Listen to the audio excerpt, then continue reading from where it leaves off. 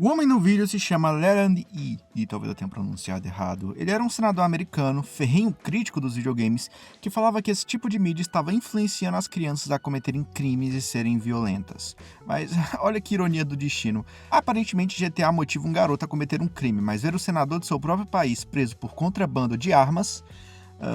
não. No outro canal eu tinha planejado um vídeo falando sobre o advogado Jack Thompson, famoso por ser um crítico da maior parte dos videogames violentos, falando que eles ensinam crianças a matar e podem influenciar negativamente na mente delas. Negativamente na mente ficou foda. Eu havia começado o roteiro quando a Record lançou uma reportagem recentemente falando sobre animes violentos. O pior é que, na minha opinião, tinha alguns pontos bem válidos no início da matéria, como os pais se preocupando com o tipo de conteúdo que seus filhos estão assistindo, e se esse conteúdo hiperviolento é ou não recomendado para crianças. Até aí, pra mim tava ok. Eu também acho que os pais das crianças deveriam estar atentos ao que seus filhos consomem. E na reportagem eles até mostram casos de pais preocupados com os Death Notes da vida real, e mostraram um caso de uma mãe que encontrou um caderno de sua filha cheio de nomes, incluindo o dela. Esse tipo de situação obviamente gera uma preocupação, o quão saudável mentalmente uma criança está e o que levou ela a escrever o nome da própria mãe em um Death Note. Ela esperava que o caderno, funcionasse? Foi só um acesso de raiva? Mas se foi só um acesso de raiva, então por que tinha tantos nomes? Bom, isso é algo que só um profissional pode responder. O problema da reportagem é o mesmo que você vê frequentemente em reportagens do tipo da Rede Record ou de figuras anti-games e anti-animes. A associação de um crime a uma obra ficcional. Quando voltamos a 2013, lembramos que a mesma emissora fez uma reportagem cobrindo o caso Marcello Perseguini, onde o garoto havia supostamente matado 4 membros de sua família, incluindo seus pais, e depois teria tirado a própria vida.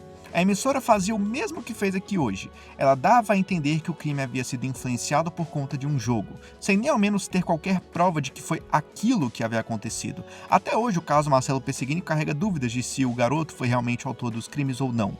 Mas isso não é assunto para esse canal. O trabalho investigativo é tão pouco que se ao menos Assassin's Creed 2 fosse um jogo onde o protagonista mata os próprios pais, eu daria um pouco mais de crédito à associação. Mas não, no 2 em específico, o personagem tem seu pai morto e busca vingança, que gradualmente, à medida que o personagem do Ezio evolui, vai se transformando em justiça. Mas não só esse. Vários outros jogos da saga Assassin's Creed carregam o mesmo background básico. Assassin's 3, mas nesse caso é a mãe do protagonista que morre, Assassin's Unity, Assassin's Origins, nesse caso é o filho, e Assassin's Valhalla. Então, se nenhum jogo carrega essa temática de matar os pais, como o garoto teria se influenciado por isso?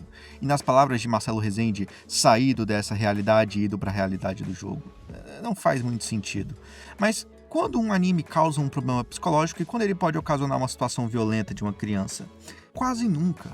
É certo que as mídias infantis podem influenciar pessoas a cometerem determinadas ações, e alguns produtos até usam disso para tentar influenciar positivamente as crianças ao seu redor. Pesquisas feitas na Universidade Mahidol, na Tailândia, constatou que entre crianças de 4 a 5 anos, o consumo de alimentos mais saudáveis depois de assistirem Popeye aumentou, principalmente a ingestão de espinafre, que é o alimento típico da série. Óbvio que nem todas elas gostaram da comida, mas ao menos elas experimentaram para ver qual era o gosto. Falando de uma experiência pessoal, eu só comi melancia na minha vida pela primeira vez porque repetidamente eu via a Magali comendo melancia. Até que um dia eu me perguntei, caralho, será que esse negócio é bom mesmo? Mas existe um motivo para eu, uma criança de 8 anos, comer melancia porque vi em um desenho alguém fazendo isso repetidamente e não tentar virar um mestre de artes marciais igual no outro desenho que eu vi. Porque dá trabalho, dá muito trabalho. Fadarila Ikma Omar e Isa Sharina Salenhudin são o nome de 2 professores universitários que em 2011 conduziram um estudo intitulado O Impacto Percebido do Anime no Comportamento Agressivo de Crianças em Idade Escolar. Ao final do estudo, eles constataram que as crianças poderiam mudar alguns de seus comportamentos ao assistirem um anime, mas eles não agiriam com mais violência porque se sentiam culpados com isso. O comportamento só é alterado quando a tarefa a ser executada é simples. Quantas pessoas não passaram a se sentar igual o L ou a fazer os mesmos gestos com a mão que o Kaneki?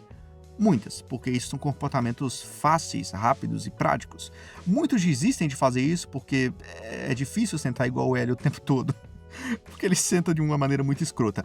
Mas, no geral, é porque a pessoa meio que cansa de interpretar um personagem. Mas quantas pessoas se arriscam a tentar fazer o treino do Saitama, por exemplo?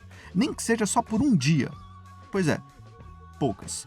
O número de pessoas que vê um anime e pensa, nossa, eu vou repetir o crime desse personagem, é o mesmo número de pessoas que vê o programa do Balanço Geral e pensa em fazer as mesmas coisas que os criminosos que aparecem lá fazem. Ou seja, 0 pessoas. É óbvio que um consumo muito alto de animes e mangás como válvula de escape é prejudicial. Se viciar em animes é um problema, mas isso não é algo exclusivo dos animes, isso é algo exclusivo do vício. Se viciar em qualquer merda é problema.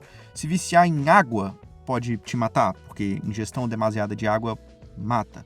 Para mim, uma das partes mais impressionantes da matéria, ironicamente falando, além da parte onde todos os profissionais convenientemente concordam com a visão imposta pela emissora, é a associação dos animes a determinados crimes específicos. No meu segundo canal eu fiz um vídeo sobre um caso de assassinato que fez a Rockstar ser processada.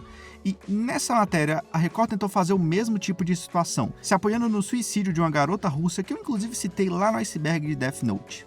Depois que os volumes de Death Note foram encontrados no suicídio de uma garota de 15 anos em Yekaterinburg, em fevereiro de 2013, na Rússia, um grupo local de pais começou a fazer campanha em abril de 2013 para o presidente Vladimir Putin regular todos os meios de comunicação, dizendo que a série Death Note, abre aspas, desperta o interesse na morte. O que a Record esqueceu de citar nessa associação é que a própria polícia russa chegou à conclusão de que o anime por si só não poderia ocasionar na morte de ninguém.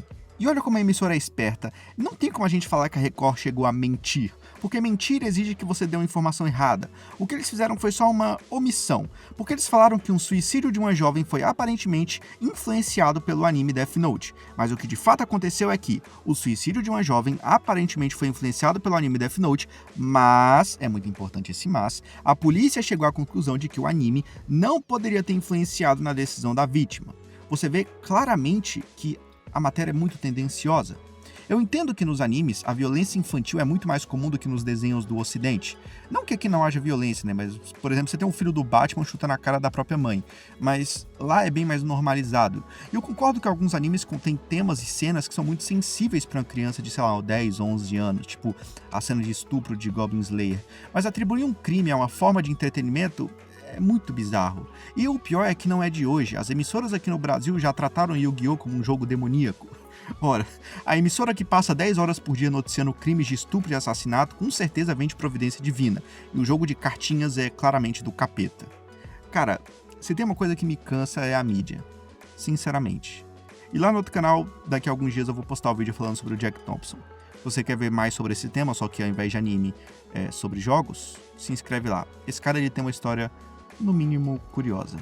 Mas é isso, espero que tenham gostado do vídeo e tchau.